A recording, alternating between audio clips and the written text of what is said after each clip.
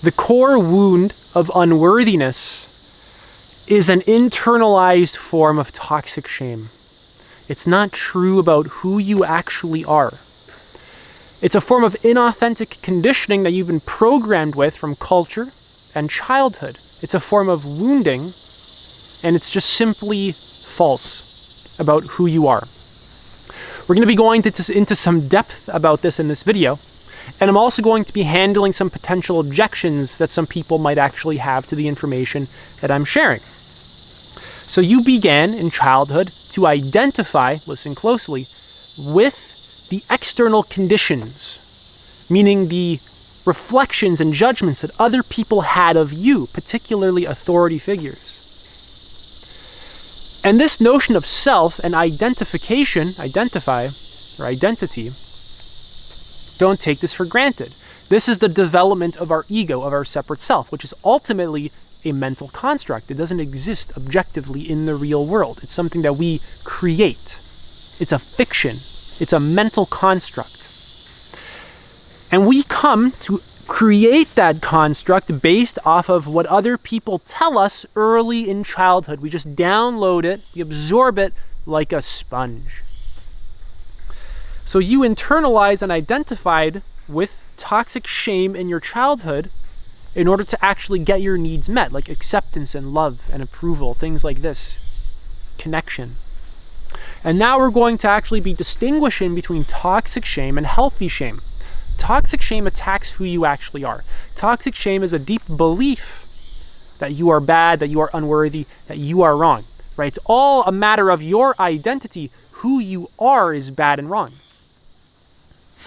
This leads to a chronic sense of self-rejection and disconnection from others and your true self, from actual authenticity. Healthy shame is very, very different from toxic shame. Healthy shame is a natural emotional signal that arises when our actions misalign with our values or negatively impact others. This leads us to taking responsibility for what we're doing, right? Some accountability and some deeper awareness. It actually helps us to integrate, raise our consciousness, and to actually grow as human beings and create a more beautiful world. It's very important and actually highly necessary. Again, contrasting these two, toxic shame is an attack on your identity. Healthy shame is more focused on your behaviors. So toxic shame is all about you are bad. Healthy shame is oriented around your behavior so that you can grow and integrate. All right, so let's talk about this. There's a massive difference between who you truly are and your behaviors. Your core identity is pure consciousness. Universal, pure consciousness without any separation from anything whatsoever. And here you are in this sort of egoic illusion of being a separate human being. And the behaviors that you've learned to default to under stress, fear, or conditioning are not who you are. They're things that you have picked up. They're not your core identity. They're part of the ego, the illusion of self, the illusion of separate self. And it's, again, not actually true about who you are.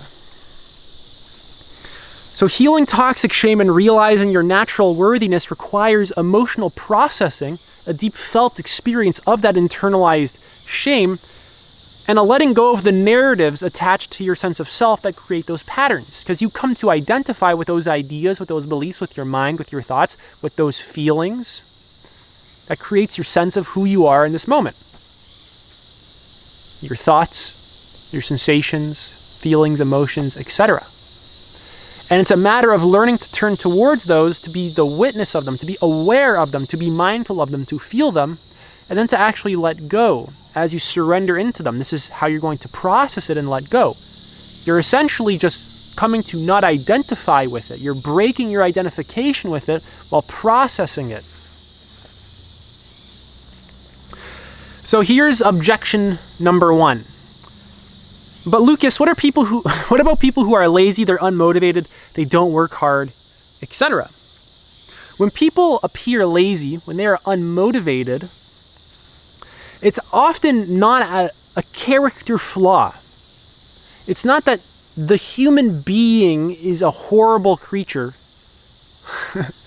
or that they're actually bad, for example, but it's a symptom of disconnection, fear, trauma, survival conditioning, burnout, helplessness, etc. It's actually wounding.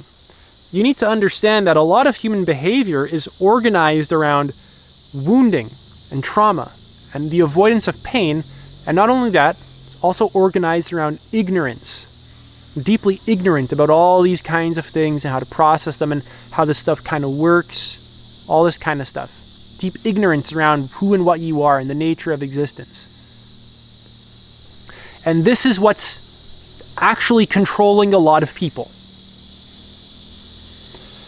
Again, making a distinction between the behaviors and the conditioning and the actual true nature of the human being, which is pure consciousness. So the majority of our behaviors exist to get needs met. The real question that we need to ask here is, what needs are trying to be met through this behavior? This is a very different approach from what we're used to, because our culture teaches us to moralize, to judge people based on rightness and wrongness. And I'm telling you to throw that paradigm out and instead focus on what's actually happening in this experience and to observe it for yourself. What's the real need that this person is attempting to get met? What's the real feelings that they actually have? What's actually controlling them right now in this experience? And that's it. That's very distinct from either calling them bad or good. We're breaking that whole paradigm entirely. We're getting more connected to raw, direct experience. I've personally, a little bit of a sidetrack, I've read a lot of books by amazing psychotherapists who work with criminals, people who molest children, things like this. And funny enough, right, our culture kind of demonizes them.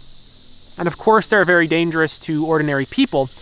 But when we actually look at why they're doing the things that they're doing, from this sort of trauma-informed perspective, turns out it's actually to get a need met. For example, this one criminal who molested children, he was actually molested when he was young, and he molests children in order to actually feel like someone understands his experience. He had a need for empathy, and he was actually trying to get that met through molesting children.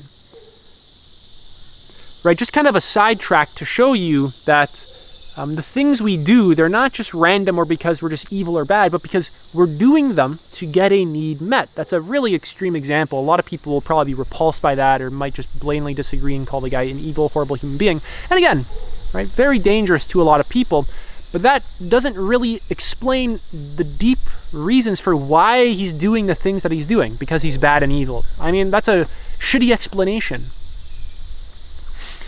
Right? So, again, there's a lot of great work on my book list that you can check out that actually dives into this stuff. I've read a lot of books on it, right? I've read a lot of books on evil, like very radical things.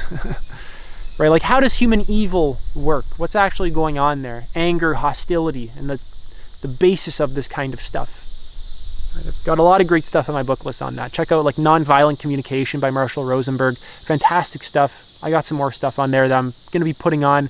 I don't think I have some, there's a few books that I've read that I got to put on there on that stuff. It's really good. So objection number 2. Right, or actually we'll go back to objection number 1. Just explain it a little bit more. No one's born just lazy. No one is born with this kind of judgment, right? It's a highly subjective and culturally derived judgment. It's not objectively existing there. It's not like observable there. It's a construct that's projected onto experience. So it's not actually really true about the human being or the person that's there. It doesn't really explain why it's happening. Right? It can cover up your need to question things deeper because you think you have it figured out. But that's just not really how it actually works. So everyone actually has a natural drive to grow. But that drive can be covered up through pain, conditioning, trauma, things like this. So moving on to objection number 2. Okay, but Lucas, if I'm already worthy, why do I have to grow? If I need to just be my authentic self and all this stuff that you say in your videos, why do I have to grow? Why do any of the self-actualization stuff? I love this kind of question, as if there's a distinction, as if there's a deep separation between these kinds of things. So being inherently worthy does not mean that you can't grow, and essentially what it does mean is that your value, right, the sense of worth that you have, isn't dependent upon what you do, what you achieve, things like this, or how others see you. It's simply the unchanging truth of who you are at your core. Because you're pure consciousness. So is that horrible, evil criminal. So is this tree behind me. So is everyone else. So is you. So, but growth, for example, isn't really about fixing something. That's something that you need to understand. It's more about unfolding into your highest potential as you experience life. And it's a very sort of like proactive thing. It's about living more authentically, maximizing your potential, opening up to life fully. Things like this. It's not really about fixing who you are, trying to become worthy, because that moment will never come. When I achieve this, then I'll be worthy. When I'm this good, then I'll be worthy. But of course, that moment never comes, because the second we actually reach that goal, our mind just pushes back the field goal, or the posts, right? Pushes back that net just a little bit more conveniently, right? When we approach it, up there it goes, another 100 feet. Just push it away. So growth becomes a natural expression of who you are. Again, you have natural drives to grow. It's actually authentic to you to want to self-actualize. This is a need that you actually have. So it's not a burden or obligation. It's not something that you force yourself to do. It's something that occurs naturally. Just like how a flower grows. You don't force a flower to grow. It just grows. But if the flower doesn't get what it really needs, doesn't get the love it needs, the connection it needs, right? I'm not talking about a flower, I'm talking about a human being. If it doesn't get the water, right? If there's a bunch of needs that aren't being met properly, it's going to be dysfunctional, right? I'll relate this to a flower. It doesn't get the sunlight it needs, it doesn't photosynthesize properly, it's not put in proper soil, things like this. What's going to happen? The flower is going to die, it's going to wilt, it's going to be it's not going to reach its full potential. Same thing with human beings. There's going to be certain wounds that occur to the flower, the pain of needs that don't get met, that's going to cripple its ability to actually develop. Same thing with human beings. Physically, of course, if you're malnourished, you can't physically develop the body. Same thing with your mind. There's psychological, emotional, and spiritual needs that you need. That's why they're called needs. And without them, your development will actually be crippled. There's wounding and traumas that need to be healed. There's dysfunctions in our environment as well. We don't set up our environment very well as human beings. It's full of heavy metals. Right. So, moving on. Let's talk about having fun. Bit of a vibe swap from what I was just talking about. So growth itself becomes an expression of your love for life. It's something you have fun doing. You learn to have fun existing. You learn to have fun growing. It becomes an adventure, it becomes a natural part of your nature, just like a flower. The flower naturally grows. It doesn't need force, it doesn't need shame, it doesn't need to be told it's not good enough. The conditions are right, the flower grows. Gets rain, sunlight, photosynthesizes, the soil's good, things like this. It grows. Same thing is true of human beings. The conditions are right, it grows.